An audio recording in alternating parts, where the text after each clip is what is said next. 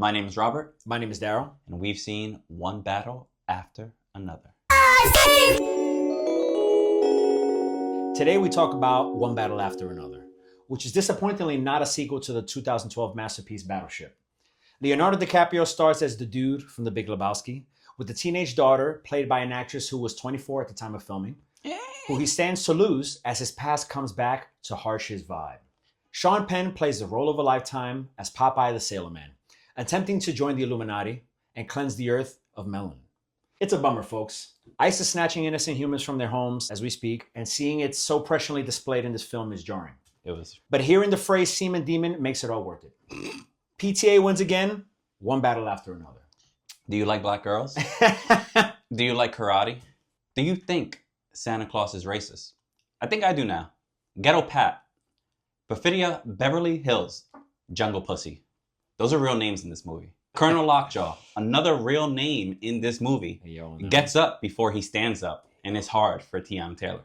Me too. Can't blame him. This movie asks the question, how far will you go for your daughter when your past catches up to you, but you're too high to remember key details that will make your situation way easier? How far will you go with your sensei? How far will you fall? 40 feet? Did you get it? I don't know, but... No, you'll see a body. I had a body on mine. So that's how we're feeling. We're feeling violent after this film. I just killed the fly too. Oh, I might do it right in front of you. First off, like and subscribe. Yes, so you please. can get into all that funky stuff. Thank you for watching the episode. We appreciate you. Like and subscribe. Big time. Add a comment. And guess what? For the month of December, we're going Leo. November, actually. But November. that's okay. This guy lives in the future. Ooh. This guy lives in the future. I really thought we're in November. That's You know how, why? That's how bad I am. You know why? Why? They're pushing Christmas on us, and I'm happy to throw this in right now. Yeah, they really are, though. So we, first things first, thank you for watching. Hopefully you saw the Halloween month we did. We had a lot of fun. For November, we're doing Leo. Yeah. Leo month. Leonardo DiCaprio, just to be clear. Because he was born November 11th. Mm-hmm. So was I.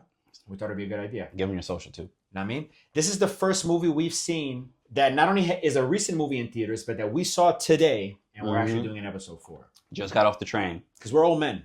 I guess I'll speak for myself. I'm young. And that's the kind of thing that's difficult to do. He's Leo. He's in a Leo mindset, even though he's Sean Penn in this movie.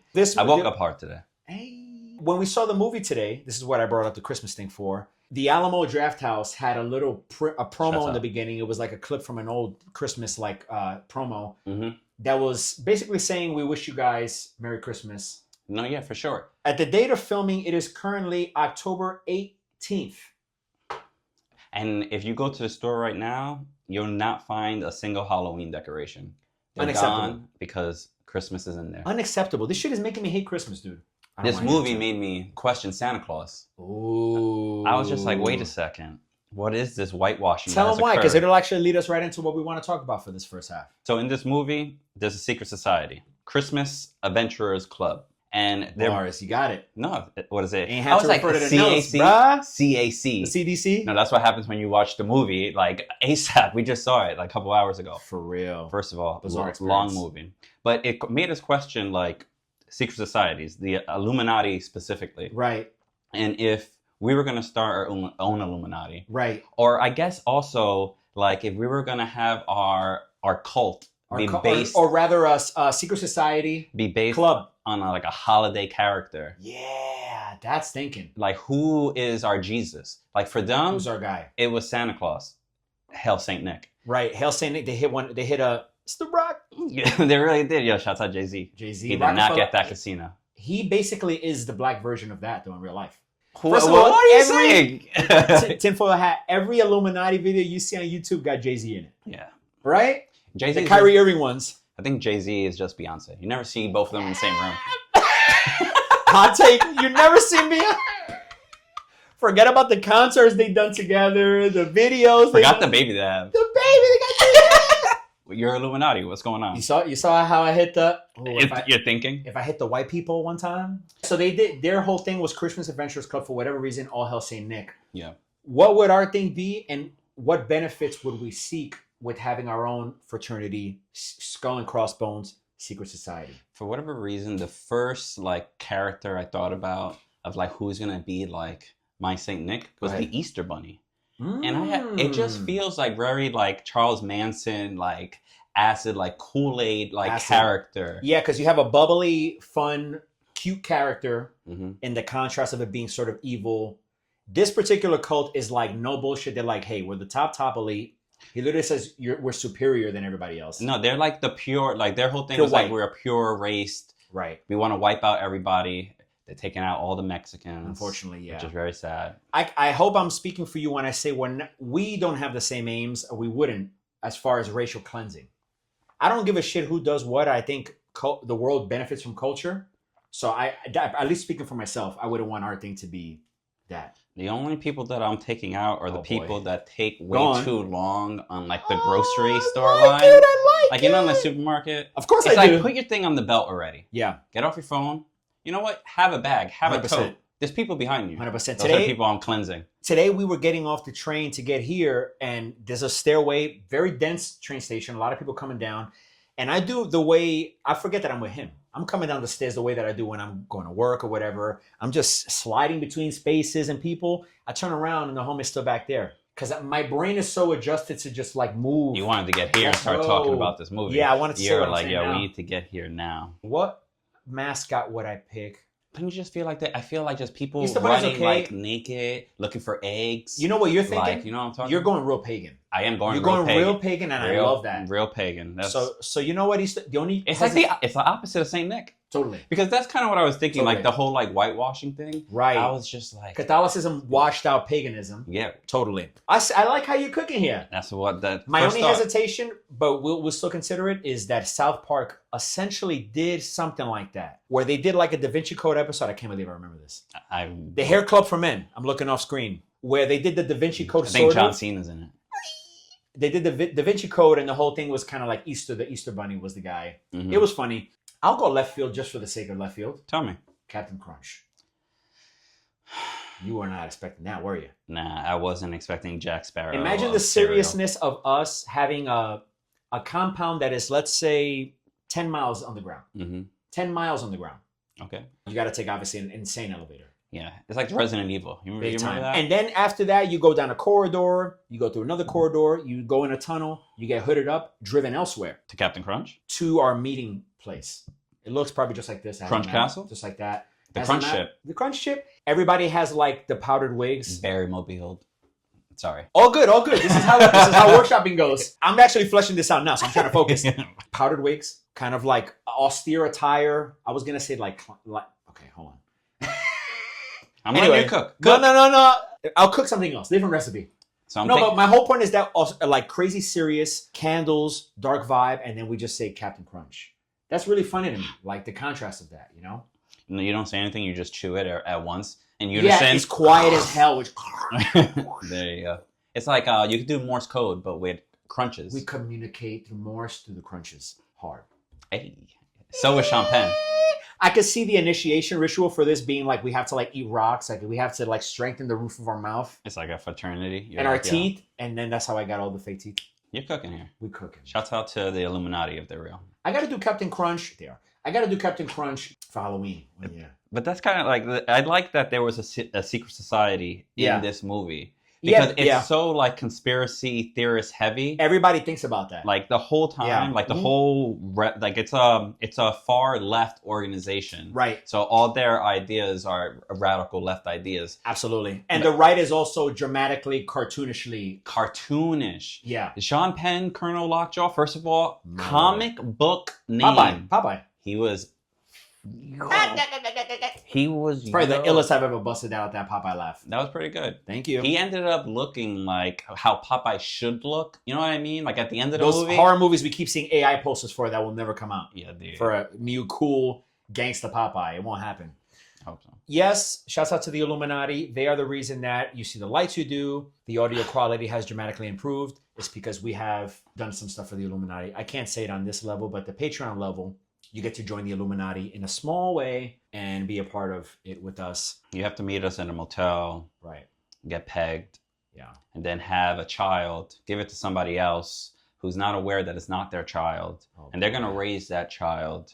And then one day it's going to come face to face with you. Right. And that is the story of Passover. That is the story of this movie. In a moment, we'll be right back to tell you or try our very best to give you an idea of what the hell actually happened in this movie. But not to bury the lead too much, banger. One battle after another. BRB. And we're back. Coast. You feels? So R.I.P. Nate Dogg for no reason. So this movie West Coast. was ridiculously good. So good, man. I hate long movies, and this movie, long, but it didn't feel that way. Yeah, let's talk about it. Look, this is, first of all, this is the first movie we see with the director we've already done a movie for. Yes. This is the Shouts second out PTA, who's one of my favorite directors, and I've been happy to share with Rob, like, seeing these movies. Yeah, I think There Will Be Blood is the first PTA movie I think I saw. You might have seen Boogie Nights maybe back in the day.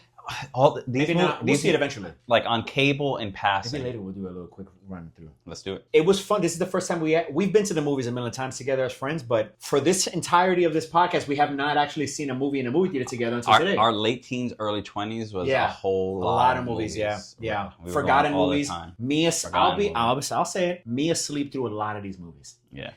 We weren't in the best conditions. No. A lot of shit that's to Leo in this movie, not in the best conditions. He was getting lit. Loosely speaking, this is a very current, modern, what's happening right now movie, which for PTA he doesn't always do. Right now, I said it a little in the intro, and it's not funny, but it is. We make light of it a little bit. ICE running rampant. The government actively working to clean the streets of... Yeah, literally a cleansing. That's what it is. Yeah. And it becomes more and more apparent as you watch the movie. Right. Where literally Christmas Adventurers Club is just like white nationalists, like a cult, white Christmas, that are just embedded systematically in the culture. And they're just wiping out immigrants. That's their goal. That's their like sort of shared passion, which is insane. But to see it right now during the time that's happening. So the thing is that's interesting what you're saying is, did he modify it? Because he was saying this movie is like 25 years in the making. Right, exactly. So what happened is Vineland by Thomas Pynchon. This is, by the way, PTA's second movie where he's adapted a Thomas Pynchon book. Inherent Vice with Joaquin Phoenix, he directed, which is a pretty good movie. Thomas Pynchon, by the way, pretty good author. I tried reading Gravity's Rainbow. It was very good, but it's long as hell. And I think just circumstantially, I don't tend to not finish books, but I didn't finish that one. I tried to give you a long book one time.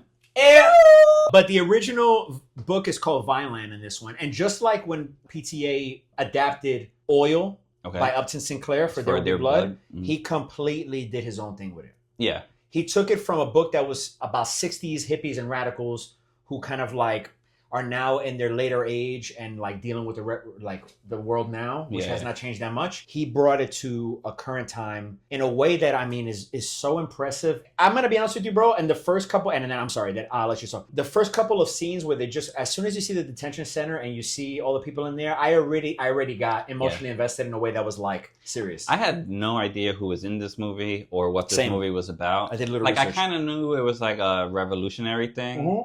But just because it's been everywhere. Really vaguely. Vaguely. I didn't even know Sean Penn was in this. So when I saw him. I forgot. It was kind of like when Weapons, when I saw Josh Brolin. I was just like. But you're happily surprised. Yeah. I was like, well, Sean Penn is. Oh my God, dude. He wasn't Sam in this Let's just get into the homie. Yeah. We might as well, right? I don't want to get into him. But if you want to go. You know who got into him? I'll go. Yo, Tiana Taylor got into him. And there's anybody who I want to get into me, it might be her. I'm gonna have to agree with you. Just by her look, she'll give me some courage. Ooh, bars! Let's go! Watch the movie, y'all. You'll get it. I'm gonna be honest with you. I love Tiana Taylor. I'm back and forth with her. And look, we're not just regular dudes who are just... Are you back and forth? Subjecting women to how attractive they are. But it's actually in this movie on purpose. Well, yeah. Right? It's on purpose. Well, it's through the lens of Sean Penn's character, the Colonel Lockjaw, because he becomes obsessed with her.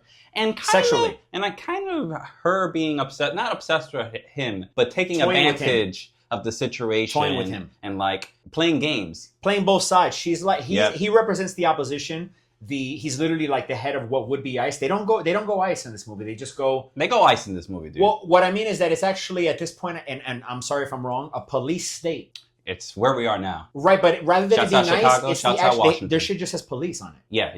You get what I'm saying? Rather than it being just the federal government, it's like the cops are on that level of... You can't spell police without... Bars. No? ICE. There we go. Paul Bars. You need a license to use the ICE thing. Oh, thank you so much. Shouts out, Mo. We're from Brooklyn. License to kill. Who, by the way, Sean Penn will be after his ass big time. Sean Penn had the guns, though. He had, like, the veiny old man arms. He's been jacked for a way long time, dude. He got jacked for this movie, for sure. Because now in interviews, he's just old man. It's so... He gets to chill. Like, that's how you know he's a good actor. Because he's just like, old man. Himself. But then in the screen, in a lot of presence. He's scary. He's actually scary. And then when, spoiler alert, he gets disfigured because he gets a shotgun to the face, even more scary. Way scarier. Not less funny, though. You forget Sean Penn, or some people don't, was Spicoli in Fast Times at Richmond High. Funny. Very funny. Carlito's Way, he plays, I'm sorry, a very stereotypical Jewish lawyer. Hilarious. Funny. But he does a good straight man in this film, but like the lines that very funny. Dry, like, and they hit. The comedy's there. Yeah, the comedy's there. But the urgency and the scariness is still there. And let me segue with that. Yeah, please. The thing I love about this movie, when you talked about pacing, is that it's urgent. Yeah. It's urgent in the sense that this is a prescient thing that's happening right now. It's an urgent matter that's happening in real life. Like, again, I couldn't help but sit there thinking we're watching this movie and this shit is like more or less happening in real life. I think that's why I feel like I compared it to a comic book before. Because comic books back in the day, that's exactly what they were doing. Sure. They were very like political stances talking about like the current like times. That's like what Captain America's about. In that's ways, what like Spider-Man's about. Absolutely. And I feel like the how PTA was directing, it felt like panels. Like even like the transitions from like scene to scene. It just felt very... I like what you're saying there. And also just like the characters themselves were cartoonish. 100%. But again, he's always been good at this, except with a movie like There Will Be Blood, it happens a little less. It's a little more dire. Yeah. He's always good at that funny movie was way and serious. But that movie, like... Way too serious. Way too... Like, compared to this. I agree. I agree. I think this was the beats that it were hitting were more comedic than they were like drama. I think equal hand in hand. You think so? In a way that was good. Leonardo DiCaprio goes from one shot of him very good. That is very funny. The very next shot, heart-wrenching. The very next shot, you feel anger. Like again, you go through all of those things in a quick clip. And really only an actor of his caliber could do that because it was he's fucking incredible. Dude. The scene where so basically in the movie, it's quick sequences, right, of like his life and Tiana Taylor. One battle after another. They end up becoming a couple, right? So it's just quick sequences. In the heat of war and romance and rebellion. They're doing like Fight Club, like planting bombs. Project Mayhem. Yeah, I was going to say it in the movie theater, but I don't want to be an asshole. They said they kick people out. You can't say bomb in a movie theater. Oh. You would have got kicked out. Or a plane. Yeah. I've done it. They go through their life and they end up having a child, but she ends up getting arrested, Tiana Taylor. Yeah. She ends up getting caught. Yeah. And becoming a what? Mexican? Rat. Oh, Mexicans are not rats. No, but she plays both sides. She sucks. She's an asshole. She's a terrible character, very hateable. But Tiana Taylor killed it. Am I wrong? No, she was great. And I think... She played the role right. But I think what was great also about it, and I don't want to sound like a dick, was that she really was just in the first sequence of the movie. Mm-hmm. She didn't take up the movie. Everybody was really just picking up the pieces after her. Because she was kind of like she was the leader of the revolution of the French 75. The French 75, nice. Yeah, well, she was the most definitely like boisterous and emphatic and like... Volatile. She was drinking while pregnant. Drinking while pregnant. There was even a line... I hate to see it. There was even a line in the movie that Leo says where he's like, I don't even think she realizes that she's pregnant. And I was just like, bars. Rough. But what I was... But another thing about Leo, what I was trying to get to before was when he's trying to figure out the passcode to figure out the rendezvous? Yeah. The rendezvous point, yes. So he's relatable. Trying to figure it out. Yeah, tell them what... The emotions that he goes through in that phone call are just super intense. Right. I thought it was really funny, too, because you see in spy movies or... movies like this, of this caliber, where there's a covert thing going on, there's always a password that you have to say, right? To get into a place or on the phone. And it's always funny to consider not remembering it. And if there'll be assholes about it. And they were. It was so funny. And Rob is right in that when he's trying to give this password, the secret password, and not remembering it, because we see him in the movie getting lit. Yeah. Getting lit. I was literally telling him, arriving at the movie, I'm a little extra lit. Yeah. And having trouble with this menu.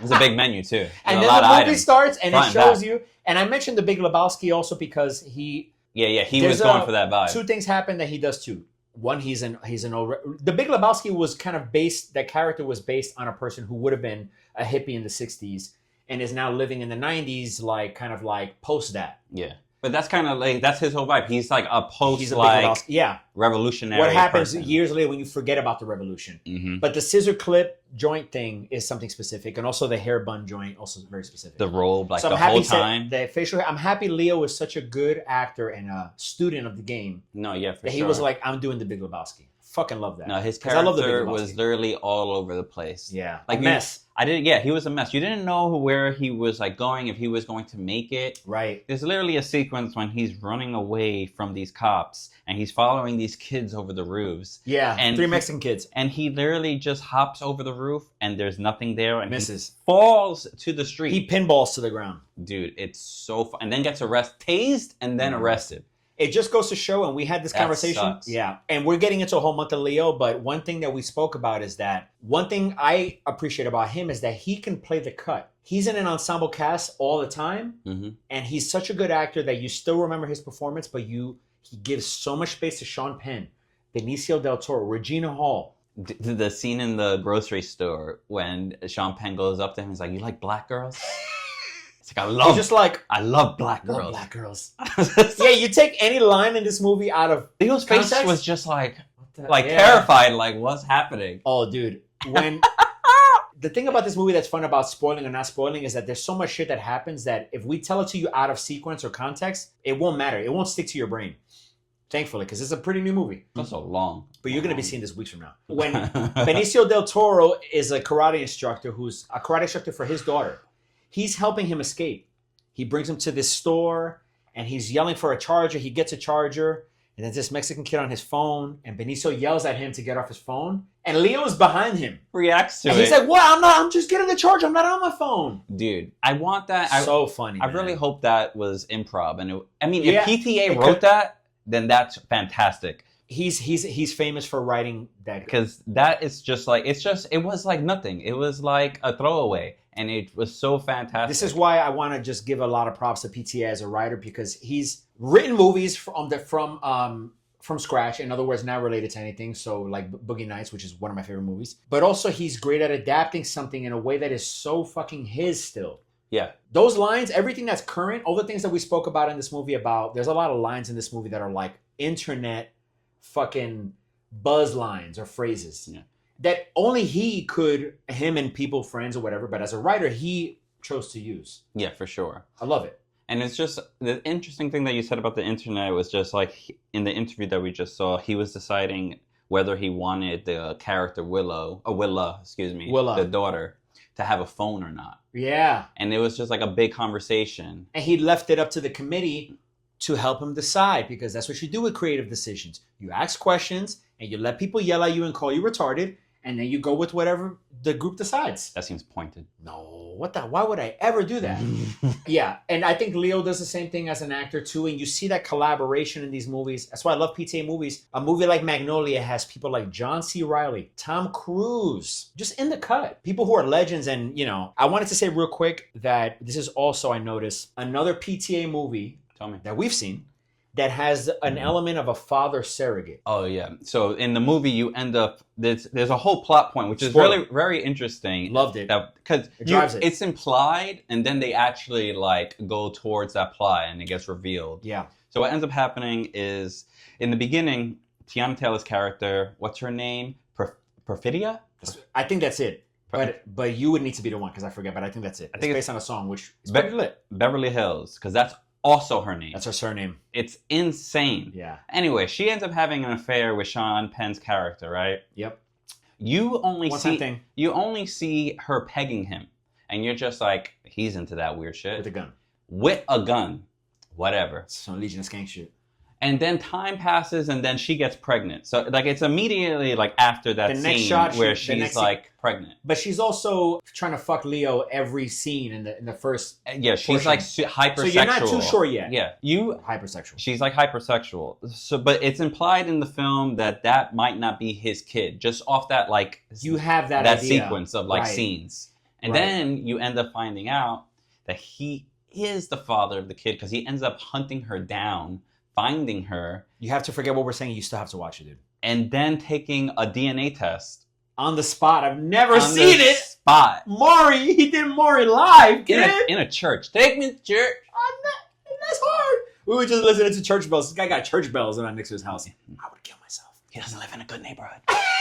Second movie where PTA has a protagonist who is a father surrogate. In other words, raising a child. Do you think he knew, or do you like? Do I think Leo knew that? Yeah, because it's never touched upon whether he was aware of that. Here's what I think. I think he knew that it was possible. Okay. Because they were in an environment that was very feral and sex and also years were flying by 100%. in the movie. Like they jumped 16 years at one point. Well, exactly, from the first part to the second part. So yeah, I think it was possible and I think at that point he was like, I don't even care anymore. Yeah, he didn't care. She was like way too much for him. Because she left him before she got arrested. Yeah. So it was just like... Only other thing that really stands out that I do want to say before we wrap up is that Johnny Greenwood, as per usual, him and PTA work together. They've worked together since There Will Be Blood. I think that was their first movie together, right? He's obviously one of my favorite musicians. I'm an enormous Radiohead dude. His work in this movie was fucking unreal, dude. He's the soundtrack dude, right? He's so fucking good, man. Like, the way he uses strings, piano, drums in such a weird and the way that you wouldn't think about using those in a movie. Mm-hmm.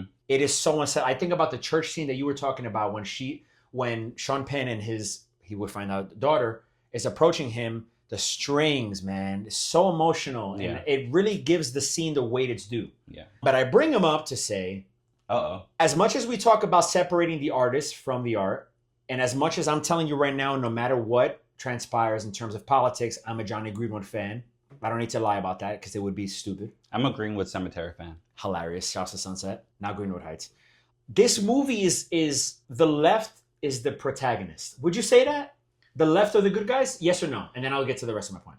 Yeah, for sure, because the other guys are like doing like an ethnic cleansing. Yeah, the bad guys, the empire is the Republicans. Right. It's more laid out in that way. But my point of saying that is this. But I think it's also like they're obviously they're a radical, like... Of course, but here's my point. My point is that Johnny Greenwood is with an Israeli woman. Okay, shut up. Has been collaborating musically with an Israeli artist. Radiohead famously performs in Israel in spite of all the... This is years before all the stuff. I'm just laying it out to you. Tell me. Wouldn't you say the leftist perspective is, for better or worse, anti-Israel? That the left is more pro-Palestine? That the characters in this movie would probably be pro-Palestine in real life? Yes or no? Would you say? I think in America, sure. Okay. In this movie, I'm saying. These characters would be. In this movie, probably, sure. Right? Yeah. Do you think there's any conflict there? Of interest? Yeah, in that PTA is working and using this guy who is like getting a lot of backlash for being pro-Israel, or at least not anti-Israel, and also a movie that is very. You're saying there's like a pro-left. contradiction here. I'm just wondering in his work and the theme of the movie. Yes, I'm wondering. Yeah, I'm actually genuinely wondering, and that I don't have an opinion yet. I'm like asking you. But I think that's kind of cool, isn't it? Okay. Yeah. Right. No, yes, that's why I'm asking. Because I think that's why you ask questions. Because I think if PTA wrote this movie and probably is having the good guys be this like radical like left extremists, right, and having the other guys painted as the bad guys, evil, and then being able to work with somebody who's like that's bullshit, or who's in the middle or not. Yeah. No, you're right. I think because you know what PTA else? PTA don't give a shit. You're right, but you know or what? Or maybe else? he does, and it's just like these sounds are lit, and these things are nuanced. I will say that, and maybe we'll look into this later. Maybe PTA has his own explicit opinions about it that we don't know. But I also respect his right to not even talk about it. Yeah, why? I respect Honor's right to not talk about it. I feel like what you're reminding me of is the Keira Knightley shit that just happened. Tell me, I don't know anything about that. Because I think she is in talks to be in the Umbridge movie, which is a character from Harry Potter. She's a villain character. And I think they asked her, like, how do you feel about J.K. Rowling's trans hate? And in an interview, she was just like, I'm not aware of her stance. And essentially, I just hope that we can all get along. Why can't we all get along? That's exactly kind of paraphrased. Why can't we all get along? That's what she said. And I feel that. I will say this to round it out. To your point, I do think that even some of the far right, there's something still that you're like, there's something human about Sean Penn's character, at least in how he plays it, where you don't want bad things to happen to him. He's just so far gone in the way he's thinking. But it's very human, isn't it? But he's Isn't it very human? he's a very tropey character. Sure, but I guess what I'm saying is that even though he's the obvious bad guy, right wing, etc. I mean, at some you point, still feel bad. In some moments, you still feel like you're a fucking idiot. At some point, I thought he was like a double agent, where he was just playing. He's like, I don't give a shit. If where he was just blow like, shit up. He was like, I want to fuck Tiana Taylor, and I'm just gonna say whatever to Which, these white guys. Relatable. And I'm just because he literally brought flowers to her house, but he's insane. He broke in. The heartbreak in that scene. Yeah, dude. He brings flowers. She doesn't answer the door. No problem. You don't see him react. He goes into the car, gets a fucking battering ram. And what does the note say? The note says, close your ears. This pussy don't pop for you. This pussy don't pop for you. Pop, pop. Then you see the video of her just fucking dancing. I feel it fade. How do you rank this?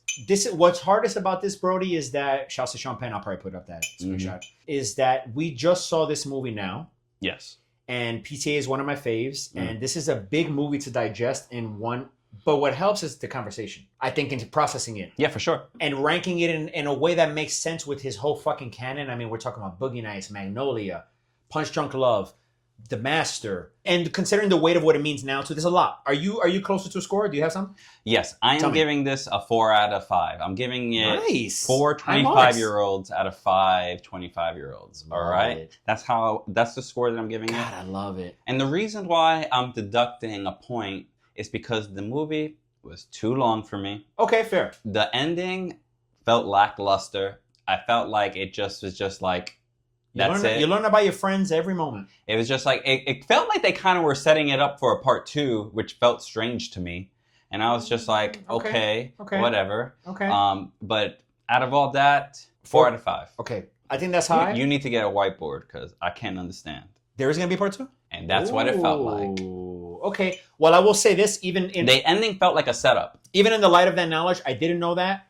I didn't feel that way personally. I didn't think it was too long, but I know that I have a different pacing threshold. And being with another person, I always feel self-conscious if the movie's going too long. And I felt that way for you, but not for me. No, there was a point where I thought it was perfectly paced. I thought it was the pacing was great. No, this is just my sort of fresh take on it. Not like contradicting you. I'm just saying I thought the length was fine. The pacing was great. I think the payoff was great. And I didn't think it was setting up a sequel. I think it ended perfectly. I'm going to give this movie a 8.9 out of 10.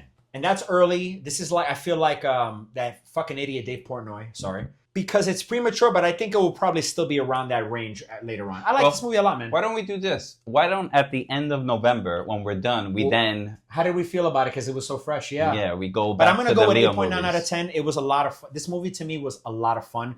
Revolutions are so fun, especially in current times. You think about, you want it to work. You want an underground revolution to work, but you learn why it's not always sustainable. Somebody folds. Mm-hmm. Somebody folds, and most of the people who are in these revolutions are conspiracy theorists to the core. And B, in it for their own... Tiana Taylor says it. In it for their own demons. Yeah. And not for the cause. Right. She said it herself. She was selfish. I think about myself. She left her child. Yeah, she looked at the baby in the face and walked out. She was jealous of her child. She literally said it. But I like that. Man, I like this movie. I'm happy we saw it. No, it was good. Episode 1 of Leo. We'll come up with a good name for it. What, this episode? 5 Weeks of Horror we came up with after the fact, so we'll put it in post. We love you guys. Love PTA. Under 25 Club? I don't know. Hilarious. 25 under 25. 25 and under. We got to try to see 25 Leo movies in this month somehow. All right, guys. So thank you for watching. We're going to plug in We Are Casa organization. All year long, CASA provides critical services to immigrants, working class families, and to advocate for their rights. But their work is only possible by the support of individuals like you who stand for immigrants and understand that providing services for those in need uplift our entire community. So please go to wearecasa.org and donate what you can. We grew up in Sunset Park, heavy immigrant community. We have immense love for them. We both come from an agency too, grew up there, that is incredibly supportive to immigrants for our entire lives. Mm-hmm. So we take that very seriously. But we looked this up kind of haphazardly, but I got to imagine any help is great. Yep. The Immigrant Defense Project was founded almost 30 years ago to combat an emerging human rights crisis, targeting of immigrants for mass imprisonment and deportation. 30 years ago. They predicted what was going to happen now because it's always been happening. Do what you can. Just make noise, man. We just saw a great viral video of that African-American lady going off on the ICE agents. Just more of that, man. More of that. We got this. We got this, guys. We got this. But we got to hunker down, for real. All right, guys. Thank you for watching. Please like and subscribe, and we'll see you next time.